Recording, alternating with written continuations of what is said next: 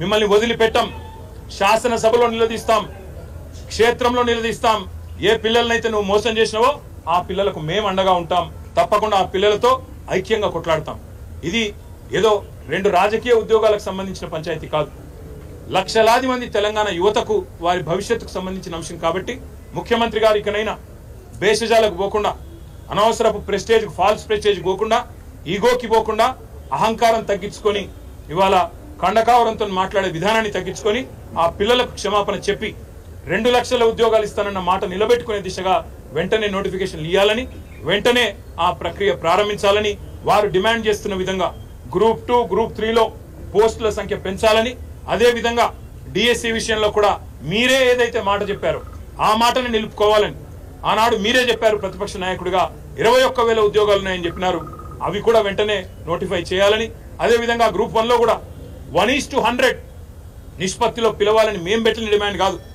మీ party తరఫున ఆనాడు బట్టి విక్రమార్క గారు నిండు శాసనసభలో పార్టీ ప్రతినిధిగా చేసిన, ఫ్లోర్ లీడర్ గా చేసిన డిమాండ్, దాన్ని కూడా నిలుపుకోవాలని చెప్పి తెలంగాణ యువత తరఫున, తెలంగాణ పిల్లల తరఫున ఈ ప్రభుత్వాన్ని, ముఖ్యంగా రేవంత్ రెడ్డి గారిని, తెలంగాణ యువతకు నిన్న మాట్లాడిన దిక్కుమాలిన మాటలకు క్షమాపణ కూడా చెప్పాలని చెప్పి కూడా డిమాండ్ చేస్తూ సంవత్సరంలో 2 లక్షల ఉద్యోగాలు ఇచ్చే విషయంలో రాబోయే శాసనసభ సమావేశాల్లో కూడా తప్పకుండా చర్చకు పట్టుబడతాం.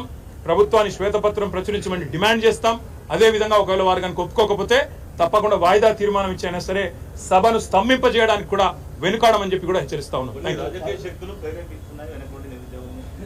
ఆ రాజకీయ శక్తుల పేర్లు రాహుల్ గాంధీ, రేవంత్ రెడ్డి. అక్టోబర్, నవంబర్లో ఇప్పుడు రేవంత్ రెడ్డి మాట్లాడుతున్నాడు, బక్కా జడ్సన్ గారు దీక్ష చేస్తే ఏ ఉద్యోగ కోసం ఆయన దీక్ష చేస్తున్నాడు అన్నాడు. మరి గాంధీ భవన్ లో 2023 సంవత్సరంలో రేవంత్ రెడ్డి గారు కూడా దీక్ష చేసిండు. ఏ ఉద్యోగం కోసం దీక్ష చేసిండు? ఏ పరీక్ష రాస్తున్నాడు రేవంత్ రెడ్డి అని చెప్పి దీక్ష చేసిండు? ఏ పరీక్ష రాస్తున్నాడు అని చెప్పి మరి ఈ రోజు రాహుల్ గాంధీ అశోక్ నగర్కి వచ్చిండు. ఇవాళ అశోక్ నగర్ లో ఉండే సన్నాసులని మాట్లాడుతున్నాడు. మరి మీ రాహుల్ గాంధీ గారు అశోక్ నగర్కి వచ్చినారు, నువ్వు వచ్చినావు అశోక్ నగర్కి, మీ నాయకులందరూ ఆ కోచింగ్ సెంటర్లో చుట్టే తిరిగినారు, మధు యాష్కి గారు, ఇతరులు. ఎవరు సన్నాసులు, ఎవరి గురించి మాట్లాడుతున్నావో ఆలోచించుకుని మాట్లాడితే బాగుంటుంది. ఇది ఇప్పుడు 4.5 ఏళ్ళు ఏ ఎలక్షన్ కూడా లేవు. ఈ 4.5 ఏళ్ళు ఎలక్షన్లు లేనప్పుడు మాకేమి రాజకీయ ప్రేరితమైన ఉద్యమాలు కానీ వాళ్ళని రెచ్చగొట్టాల్సిన అవసరం కానీ లేదు. మీరిచ్చిన మాట మీరు నిలుపుకుంటలేరు కాబట్టే ఇవాళ పిల్లలు రోడ్డు ఎక్కుతున్నారు.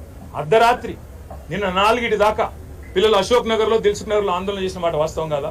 ఉస్మానియాలో వాళ్ళని వాళ్ళ గొడ్లను ఈడ్చుకపోతూ ఇవాళ అరెస్టులు చేస్తున్న మాట వాస్తవం కాదా? 6 నెలల లోపలనే ప్రజాపాలన అంటే ఎమర్జెన్సీని తలపించే విధంగా ఇవాళ పిల్లలు బాధపడుతున్న మాట వాస్తవం కాదా?